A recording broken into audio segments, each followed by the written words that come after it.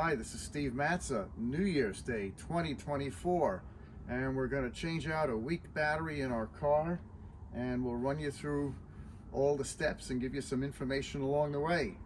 We got a battery from AutoZone, about $150, and it has a $5 deposit if you bring the bad battery back, which we intend to do. They're very heavy. This battery has a nice little carry handle on it.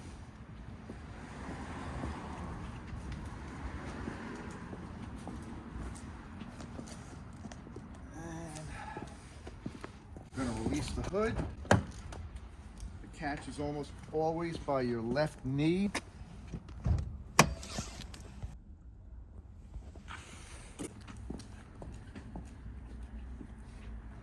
And we're going to poke under the hood for the hood release.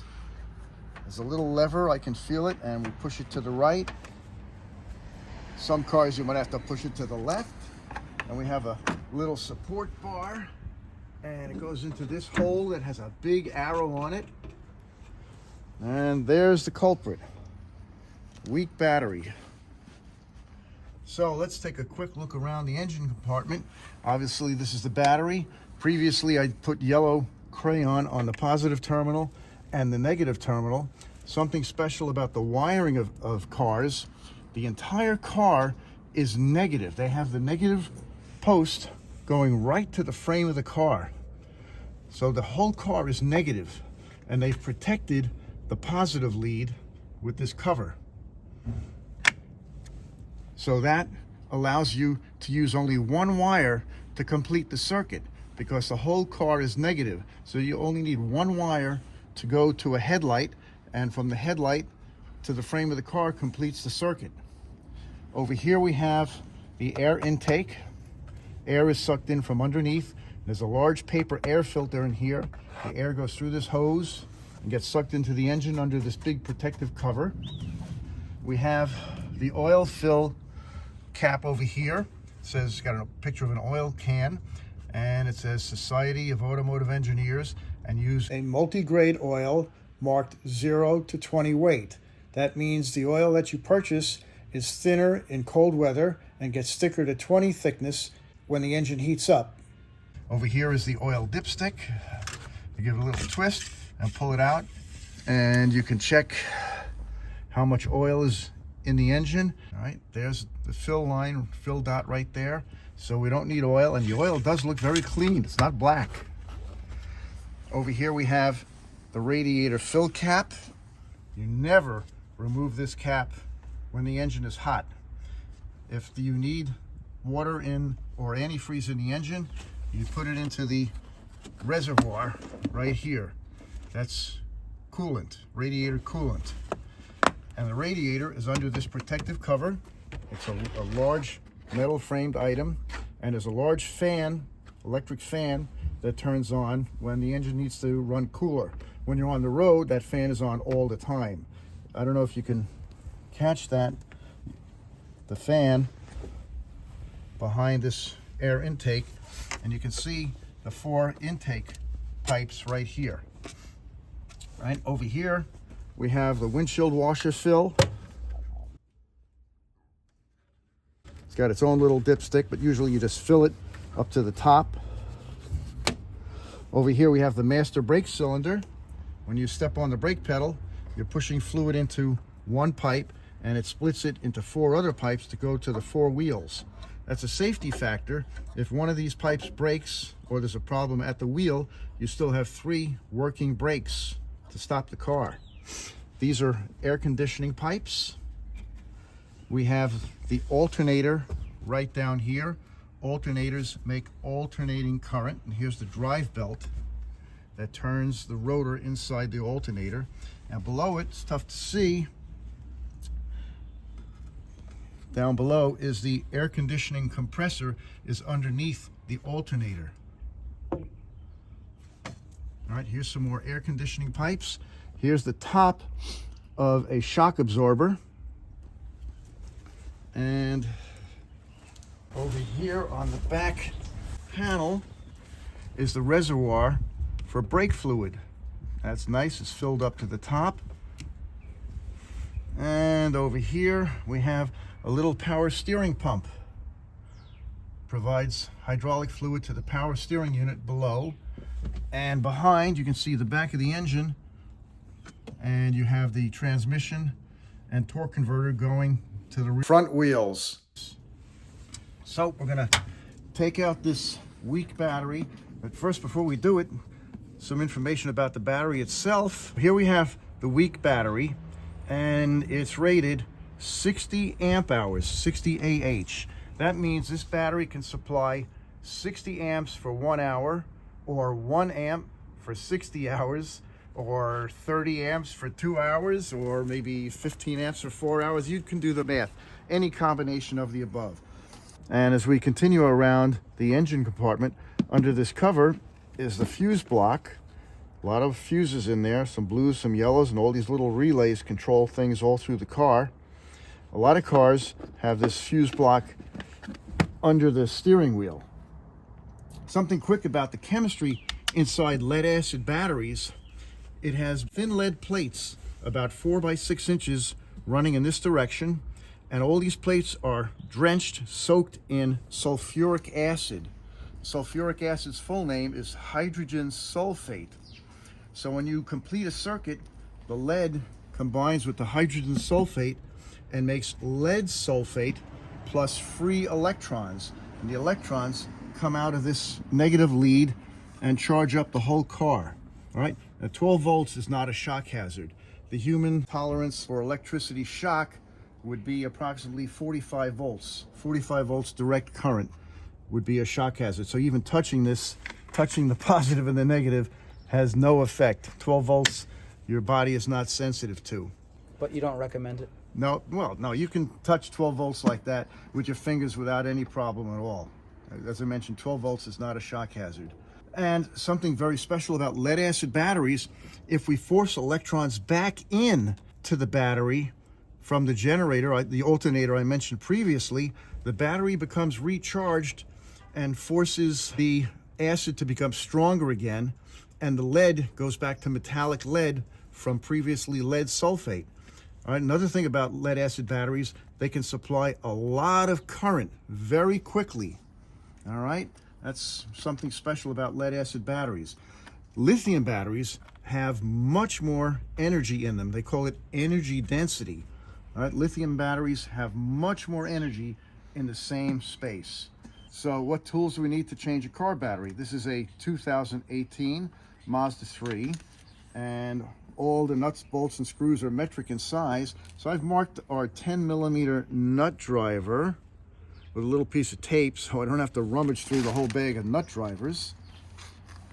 And we have a battery post cleaning tool with a male and female metal bristle brush. We'll show you that in a few minutes. And we have a small vice grip to make the nuts extra tight when we put everything back together. So here we go.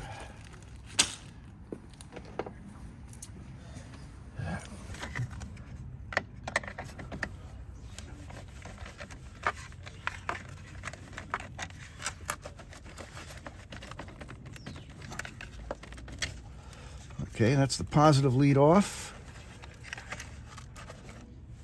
Now we're loosening the negative lead, and we wiggle it a little bit to release it from the lead post.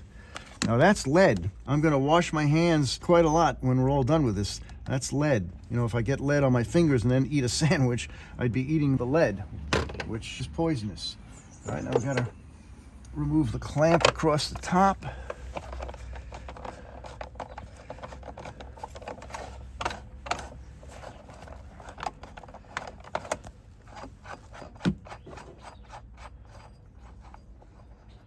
Be very careful not to drop this nut.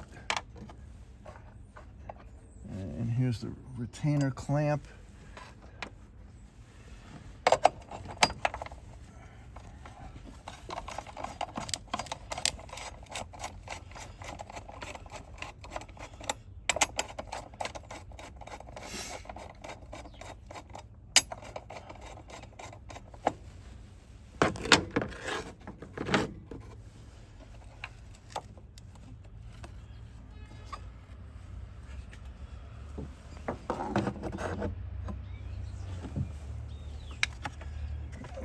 Gotta lift this bugger out.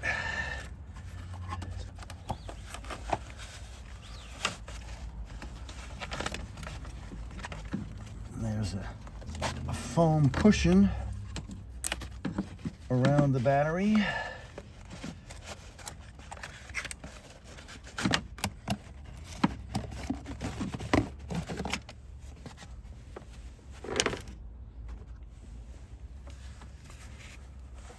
And these guys are pretty heavy.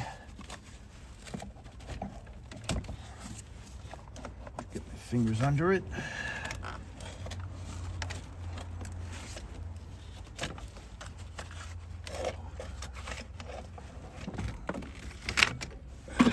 Okay. Should also mention that these batteries are sealed. All right, the acid, the sulfuric acid, is quite dangerous, and in years past they would have little caps on them. This is a 12-volt battery, which means it has 6 cells inside of it, and they're 2 volts each. So that's how you get the 12 volts.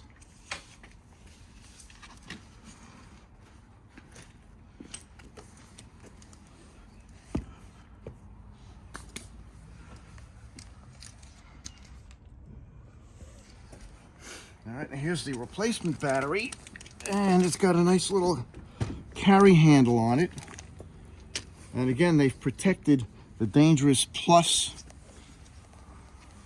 terminal.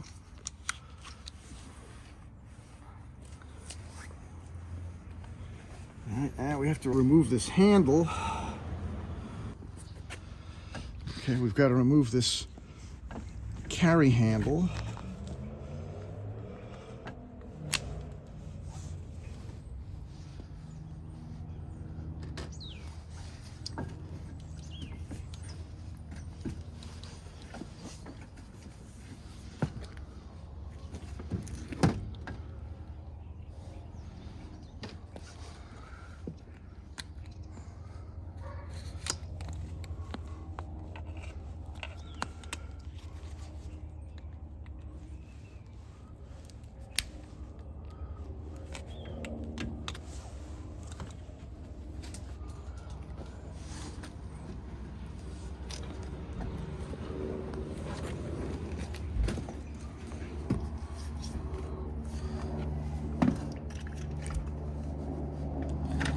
So the plus side is closer to us. Yep, and the plus side goes under the protective cap.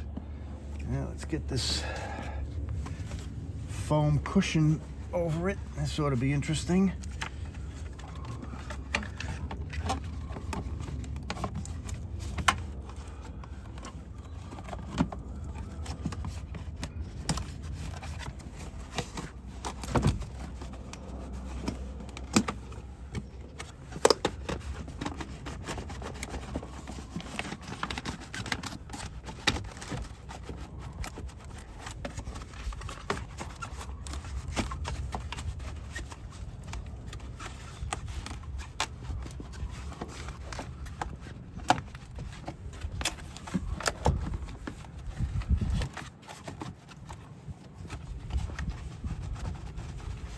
All right, now we have that special battery post cleaning tool, which has these very stiff metal brushes on it.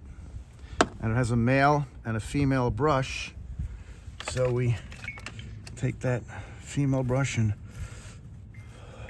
get any corrosion off of that On a new battery. terminal, off the new battery. Why would there be corrosion on a new battery? It's just been sitting around for who knows how many months. All right, and then we take the male brush and clean the inside of the 2 terminals. So you have a very good connection. Now, something again about chemistry, put the protective cap on. Anytime you have 2 different metals, you get corrosion anytime they get wet. Now this is lead, pure lead, and this terminal connector is steel. So when we put them on, you'll get some corrosion. Batteries these days come with these protective felt washers and a special anti-corrosion grease that's inside here. Place the green washer over the negative terminal. Taking out my trusty knife back from 1970. Green washer over the negative terminal. The red washer over the positive terminal. And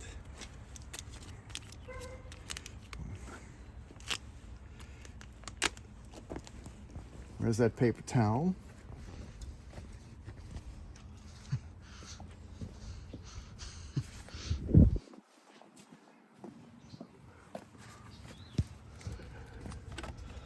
All right, you put a little bit of grease, it looks like Vaseline, on the felt, being careful not to get this grease on the terminal, because the grease is an insulator.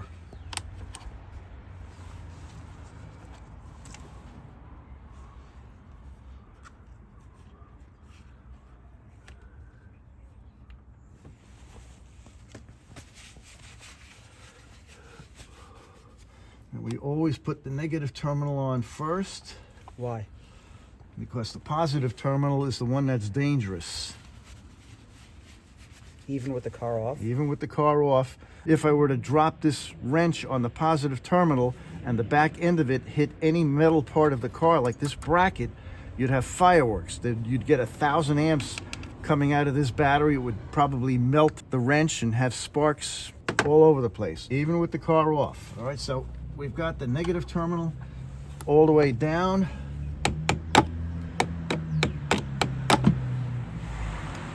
Tighten that 10 millimeter nut as tight as I can hand tighten it. You always want to have the best possible connection, because when you start the car, there could be 500 amps going through these cables. And a loose connection, if that were a loose connection, it would spark and possibly even melt. All right, now we're going to put the positive terminal back on. I actually heard a tiny little spark. It was probably for the clock that's always running.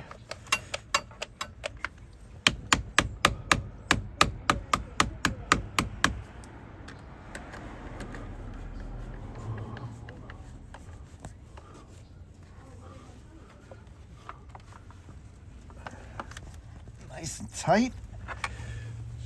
And I will take the vice grip. All right, and be very careful where the back end of the vice grip goes.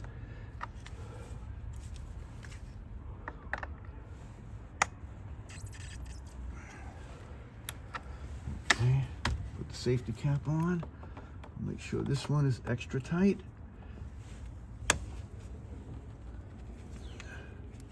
All right. I gotta put the hold down bracket. Sometimes this can be a little tricky, grabbing the hook at the bottom end. Hold on, where does that hook onto? Well, there's a plastic peg at the bottom of the battery tray.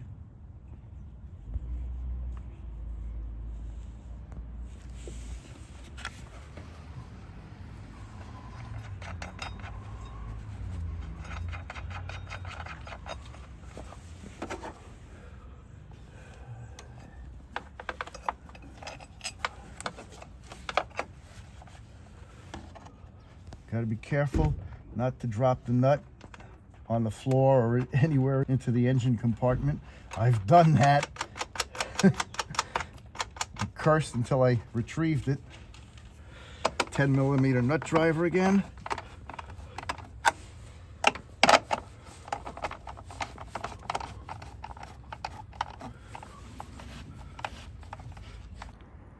Okay, we're going to close the hood and make sure the car starts okay.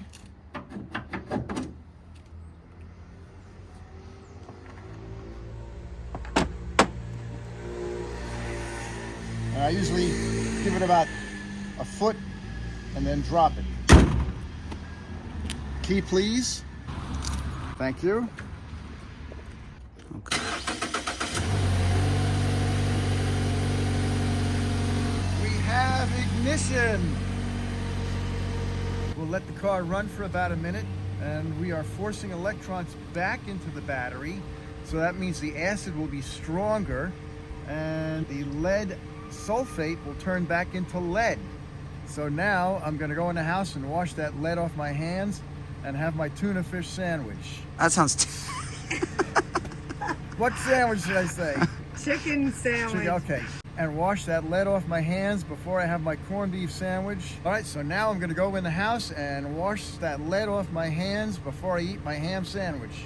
All right, so now I'm gonna go in the house and wash that lead off my hands and have my chicken sandwich. It is the winter of 2024. Watch Tribal Knowledge and ring the bell. Signing off, thank you.